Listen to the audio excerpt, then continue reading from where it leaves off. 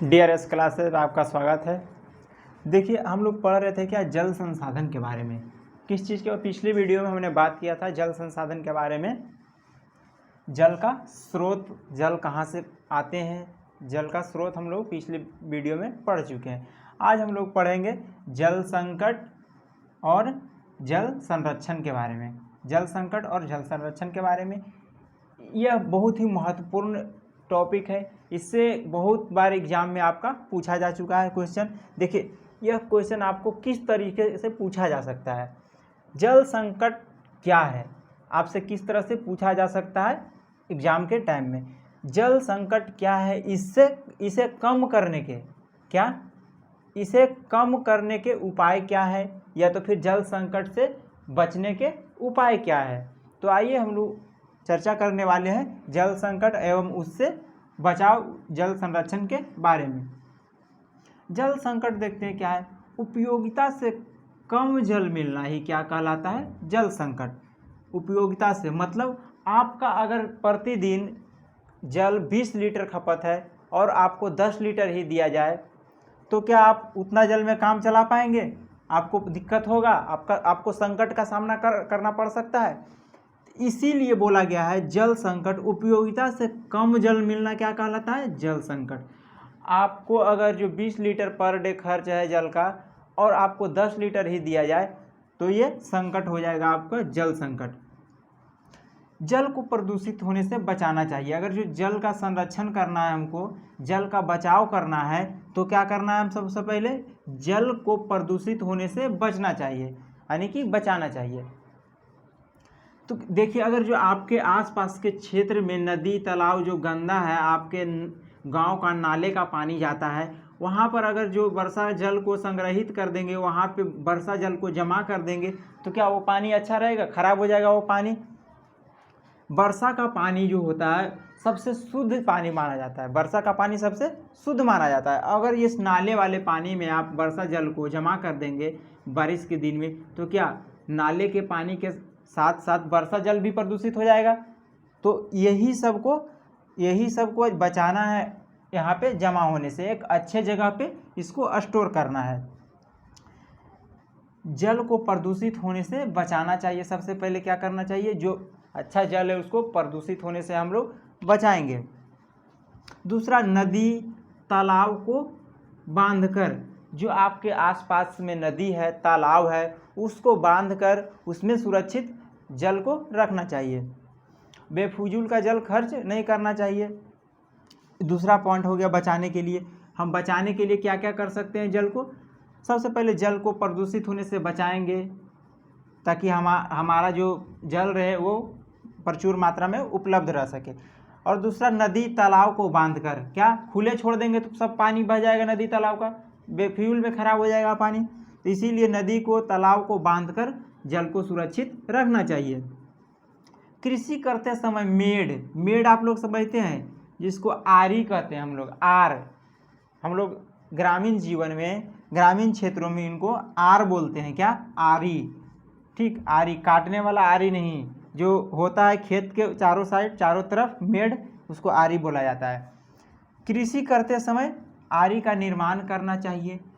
किस लिए? क्योंकि आरी का निर्माण हम लोग कर देंगे, मेड़ का निर्माण कर देंगे तो बारी बारी से हम लोग सिंचाई कर सकते हैं कृषि का।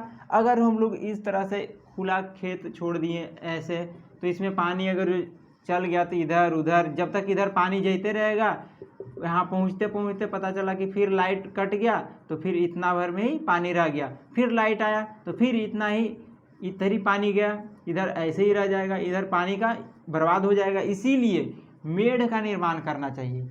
देखिए अगर हम 4 भाग में बांट दिए, आर यानी कि मेड़ लगा दिए, तो अगर इसमें हम पहले सिंचाई किए और लाइट कट भी गया तो कोई दिक्कत नहीं, यहाँ तक तो सिंचाई हो चुका था ऑलरेडी। अब इसमें हम लोग पानी डालेंगे। किसमें? इसमें। अगर इसमें भी अगर पटते पटते सिंचाई करते करते लाइट कट गया तो फिर कोई दिक्कत नहीं है, ज़्यादा प्रॉब्लम नहीं होगा। लेकिन अगर जो पूरा एक रखेंगे हम लोग, बिना मेड़ का खेती करेंगे, बिना आरी का खेती करेंगे, तो प्रॉब्लम हो सकता है हम लोगों को क्या? सिंचाई करने में ज़्यादा पानी की बर्बादी होगी। इसीलिए कहता है कृषि करते समय मेड़, आरी का निर्माण करना चाहिए ताकि जल का खपत कम से कम हो सके सिंचाई के टाइम में।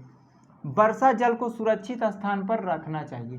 क्या करना चाहिए? जो वर्षा का जल होता है उसको सुरक्षित स्थान में रखना चाहिए। जैसे देखिए पहाड़ पे अगर जो पानी पड़ता है तो पहाड़ी क्षेत्र में पहाड़ पर जो जल होता है सब नीचे आता है, पहाड़ पर से क्या होता है पानी नीचे आता है। वही पानी को इधर से लाकर एक सुरक्षित स्थान पे क्या करना चाहिए?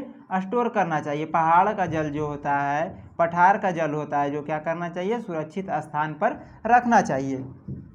वर्षा का जल कहाँ रखना चाहिए? सुरक्षित स्थान पर रखना चाहिए। अब देखिए तकनीकी प्रक्रिया के अनुसार खेतों की सिंचाई करनी चाहिए।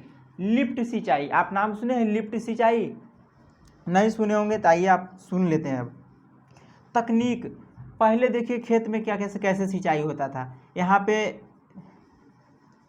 मशीन है, मोटर है पानी का, ठीक, यहाँ से पानी आ रहा है, ये आपका खेत हो गया, ठीक, आपका क्या हो गया? खेत हो गया। पानी आ रहा है, यहाँ पे छोड़ दिए, यहाँ पे लाके, और ये पट रहा है, यानी सिंचाई हो रहा है खेत का। इसमें ज़्यादा पानी लग जाता था। क्या इसमें ज़्यादा पानी लग जाता था? अब देखिए तकनीक प्रक्रिया कहने का मतलब है कि आप देखे होंगे झरना जैसा फुहारे टाइप का मेढ़ों के साइड साइड में लगा होता है। एक झरना यहाँ लगा दिया, एक यहाँ लगा दिया, यहाँ लगा दिया, एक यहाँ लगा दिया, एक यहाँ लगा दिया, एक यहाँ लगा दिया, ठीक। तकनीकी के कहने का मतलब है कि यहाँ से अगर ये चालू हुआ मोटर, बिजली का पानी यहाँ पे लाए हम लोग, इस पाइप के जरिए, इस पाइप में हम लोग डाल दिए, यहाँ पे फुहारे जैसा कुछ लगा दिए, ठीक, झरना जैसा, और इसमें हम पानी डालें, ना कि खेत में। तो यही जो होता है फुहारे टाइप से खेतों के बीच में लगता है, बारिश जैसे पानी इसमें पड़ता है, ठीक। तो इससे कम जल का उपयोग होता है, कम जल का खपत होता है। इसी को हम लोग बोलते हैं तकनीकी प्रक्रिया के अनुसार खेतों की सिंचाई करनी चाहिए। उम्मीद करते हैं आपको समझ में आया होगा, और ये एग्जाम के दृष्टिकोण से बहुत ही महत्वपूर्ण टॉपिक है। अगर आप DRS क्लास से पहली बार जुड़े हैं, DRS क्लास से आप पहली बार जुड़े हैं, तो चैनल को सब्सक्राइब कर लीजिए ताकि आपको डेली पर डे आपको वीडियो मिल जाए, आपको पढ़ने में सहायता होगा, ठीक, आपको पढ़ने में सहायता हो गया। अगर आपने टेलीग्राम अभी तक ज्वाइन नहीं किया है, क्या टेलीग्राम DRS क्लास के डिस्क्रिप्शन में लिंक दिया हुआ है टेलीग्राम को, वहाँ से आप टेलीग्राम को ज्वाइन कर लीजिए आप, ताकि वहाँ पे आपको क्लास का PDF मिल जाएगा, ठीक। तो मिलते हैं नेक्स्ट वीडियो में, जब तक के लिए धन्यवाद, अपना ख्याल रखिए।